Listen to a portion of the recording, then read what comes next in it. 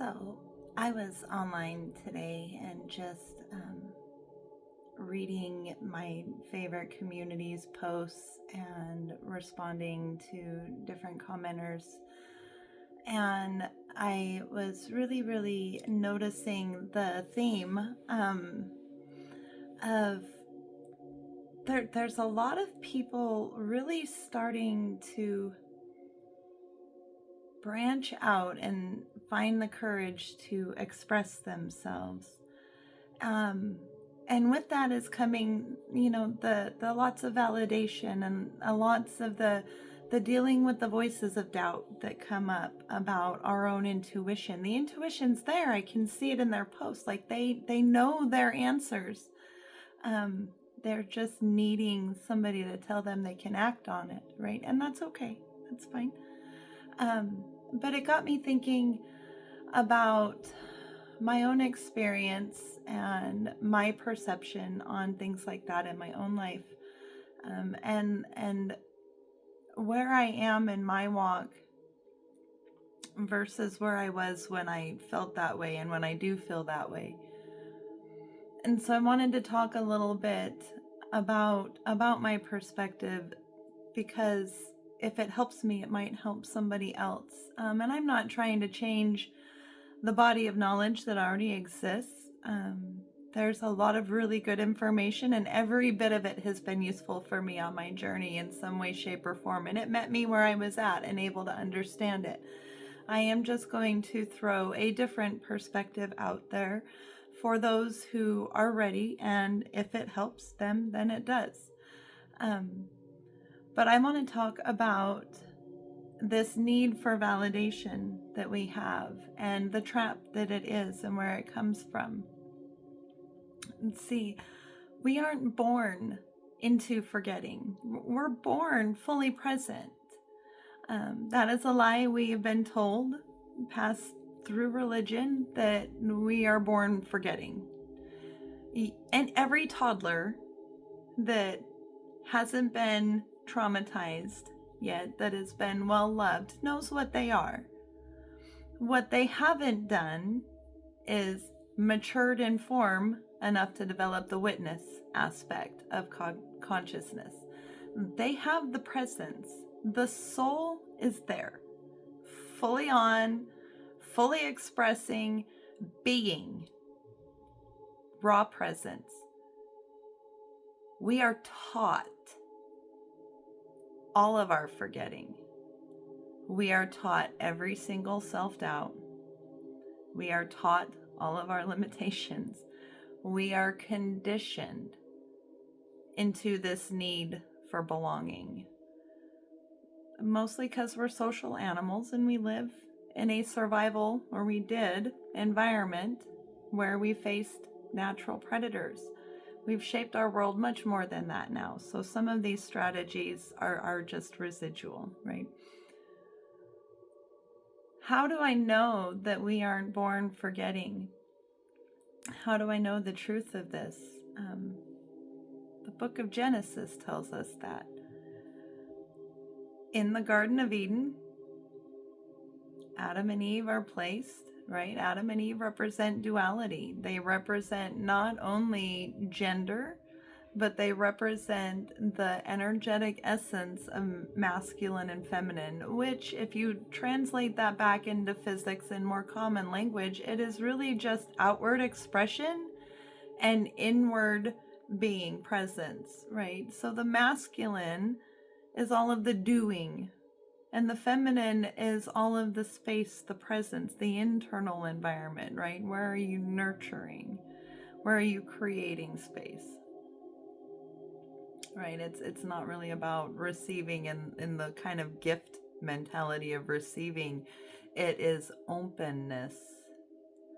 Being able to look around and see the potential and possibility and potency in everything around you. That is feminine. Masculine is being able to take those possibilities, potentials, the raw materials that the feminine provides the space for, and doing something with it, right? So the feminine would be more like the thought. The masculine would be the word, if we go back to the very, very beginning, right? And the emotion in between was born in the pause, right? But so we go back to the Garden of Eden, right? And the masculine and feminine principles are dropped into the Garden of Eden, where they are allowed to eat from the tree of life and death. That is basic living in form, right? That is survival. So that is root, sacral, solar plexus, all right there. But that is just descent into form. Eating of the tree of knowledge and the serpent,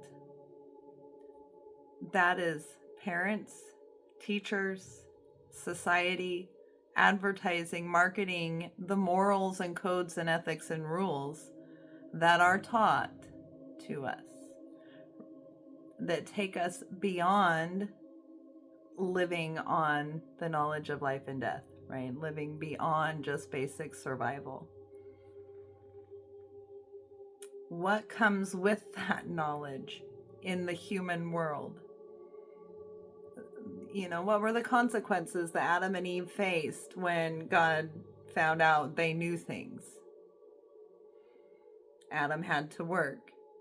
Eve labored in her own way, right? Like there were punishments and consequences to this knowledge. This is describing our psyche.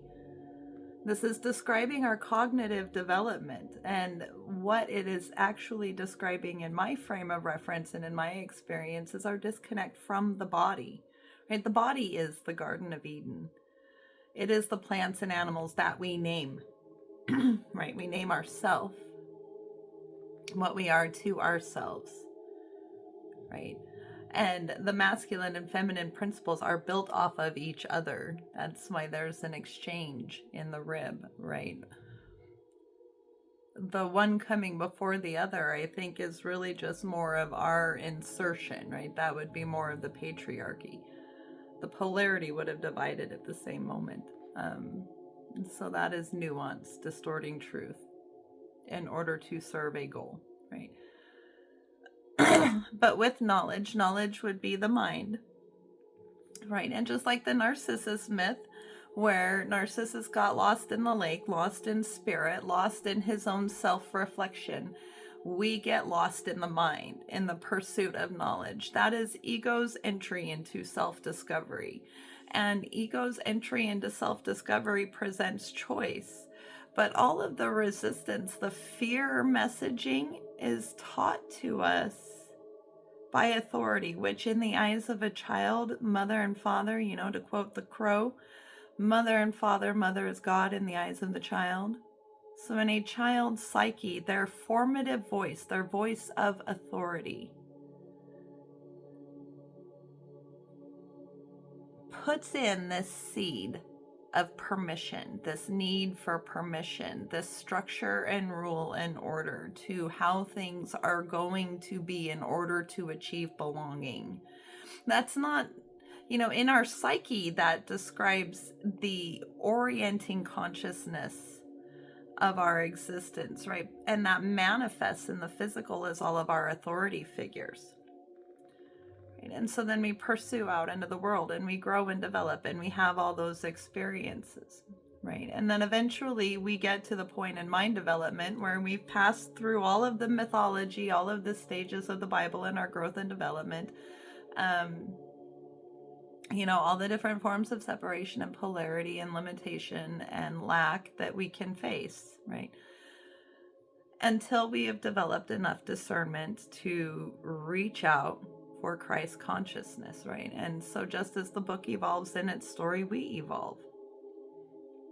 But it's all still a description of the psychic experience, the psyche experience, in form, right? Jesus and Christ, Jesus was the man in form who managed to achieve Christ consciousness, which is more than form. That is something divine. That is an awakening within the psyche, right? But in modern times, we've lost control of our language. We've diluted things, translated things. You know, the Tower of Babel has diluted and misconstrued and misused and intentionally reframed the language so that now even the meanings of things are not easy to interpret. They're inaccessible for the average person, right? And so there's more of the being cast out of the garden, this separation from the body and our truth, our true presence, right? You know, as I was thinking about those things this morning, I also thought about how in science fiction movies they give us this warning. In every one of them, there's the warning when they go back in time, that they cannot let the past and the future selves meet each other, or it would be disastrous, right? This great paradox, and timelines would collapse. Of course they would. Of course they would.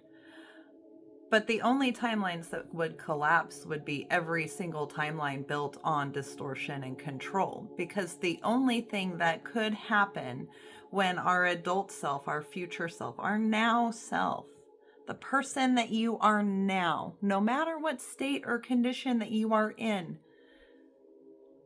if you were able to go back and meet the child that you were before any of that conditioning and programming was set in, and you saw the truth of yourself, because right now all of your memory is impure. It was given to you through the fragments and pieces that you do remember, scripted alongside and visually reconstructed with the stories other adults told you about what happened. So none of your memories about what happened are true either. So if you could actually time travel, and you can in here, and meet the essence of who you were, meet your pure presence,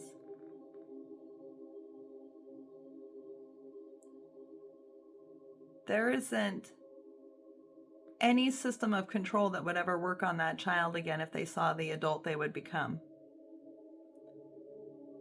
And that child growing up with the ability to visualize themselves as an adult, see themselves as an adult in the situations that they faced, would not be the adult that is sitting here now, living with remnants of the child unmatured. Because most of our lives we go through with this perspective that the authorities outside of us are still bigger. We're still reaching for that bigger, that God-like authority external to us that is larger than us to give us permission, because we are the only being that we don't get to see grow. We don't see ourselves as adults with our own eyes the way we see others, right? We can look at pictures and images of ourselves, but it never quite feels right, because it's hard to see it, right? And I know that this is hard to describe, but I also know you know what I mean, right? Deep down inside, we feel like displaced children in this world of other people who seem to have it together, and they're no different than us, but we have assigned them authority, given them bigger size than us, because we are still trying to view things as that child. We never matured into adulthood. So if our child then could see the adult that we would become, they would walk through life with that vision of their adult self, and none of those limitations would be able to take hold. They would know. And you, as the future you, being able to see the purity of your presence wouldn't let anything take that away from you either. You would be able to protect it. And that is where we're sitting right now. That is what is happening in the world, is we're discovering that we don't need these gatekeepers and permission slips anymore. This is permission conditioning. And we're all living within it, right? There's psychiatric studies out there about how we have a subconscious block to ever excelling past the level of our parents, because we still view ourselves as that little kid inside, because we can't ever see ourselves as the adult self, right? We can't see the us external to ourselves. And that is why if we went back in time, we would collapse everything. It would go back to the Christ consciousness would just emerge in that moment. The systems of control would dissolve. A lot of people are reaching that point now. That's why they're asking those questions and reaching the edge of that jump to, I don't need permission to be myself. I have the ability to recognize that even my wounding was external to what I actually am, because nothing in this body can encase or hold. There's no label they can give you that will clearly define all of you, because your soul is more. It doesn't matter what mental health diagnosis they give you, what label in school they gave you, whether you're an INFJ or I forget what the other letters are. I only know my own, right? No matter what career they told you your personality type was going to be good for, like they've been putting you in boxes your whole life, giving you your astrological sign and saying that that was going to match everything. And they do describe traits. There is truth in almost everything, but there is also nuance, and nuance creates distortion. We are here to have these experiences in order to learn discernment, so that we can remember our presence and learn how to truly witness our experience. The witness rises after we realize we're in our shadow now and we're able to return to the now moment. The witness rises when they can drop into their body, be in their breath, not label what is happening now. My heart is beating fast. That feeling is anxiety. That anxiety has roots in a situation that isn't here. I'm not going to time travel back to it, because right now I can see these facts in my environment. I feel these facts in my body, and I am safe and able to make the choices I need to take care of myself. That is where we're at right now. That is overcoming that permission conditioning.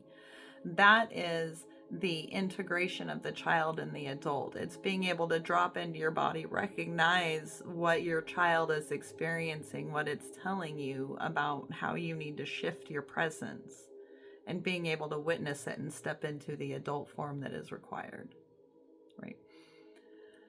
So anyway, I think I've reached the end of that thought train.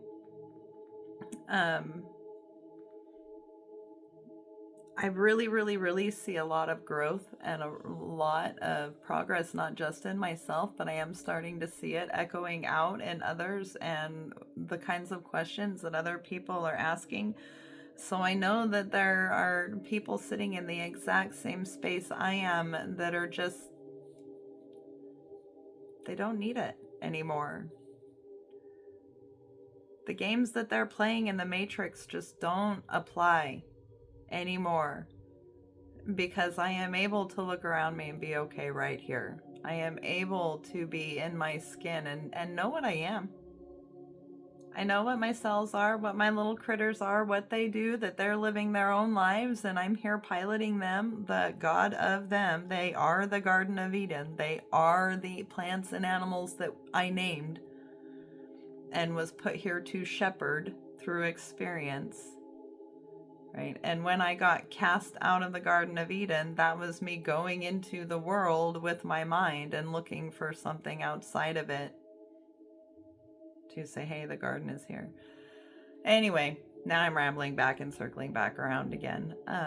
I do think I'm at the end of this thought train. I really am interested to see where other people are at in their journeys of consciousness. You're not broken. You're whole and complete right now. The garden, we never left. They just taught us to forget. You don't need any gatekeepers. You don't need anybody else's permission. You have everything you need right now if you just take a moment, stop, breathe, What is your body telling you? What is actually in your environment?